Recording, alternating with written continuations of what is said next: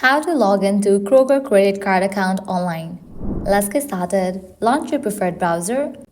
At the top, you'll see the search box. Over there, type in Kroger credit card login and search for it. Different website links will appear. Navigate to this one website, Kroger Rewards World Elite Mastercard. Open this website.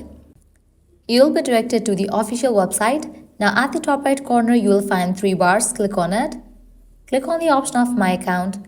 Now select the option of Login to Online Banking. With that, you will be directed to the login page. Now from here, you can easily access your account. All you have to do is provide the credentials of your Kroger account.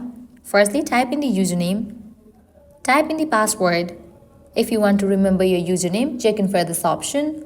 If you have forgotten the username or password, you can click on this option, Get Login Help, and recover it.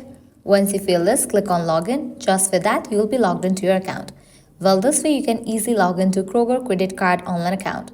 At the end, if you guys find this video helpful, don't forget to like, share, and subscribe to our channel. Thanks for watching.